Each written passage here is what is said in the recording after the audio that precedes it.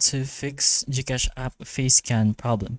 So if this is during authentication or basically opening the GCash app, just make sure your lighting and camera setup is well lit.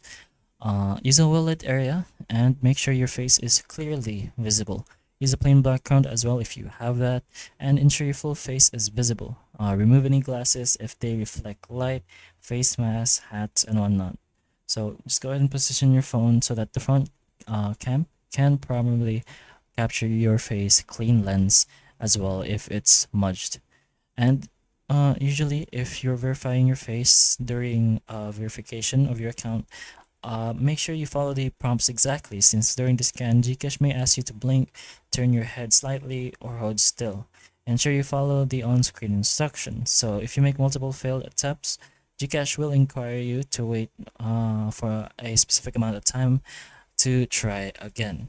Now, this can be because of your device, depending on the camera quality of your device. So it may be a bit harder to detect your face because of the actual device's camera. That's pretty much the only information we can give for this specific problem when you're doing a face scan on GCash for authentication or verification. But hopefully the information of this video can help you, and if it can, please like and subscribe for more videos like this, and that's all.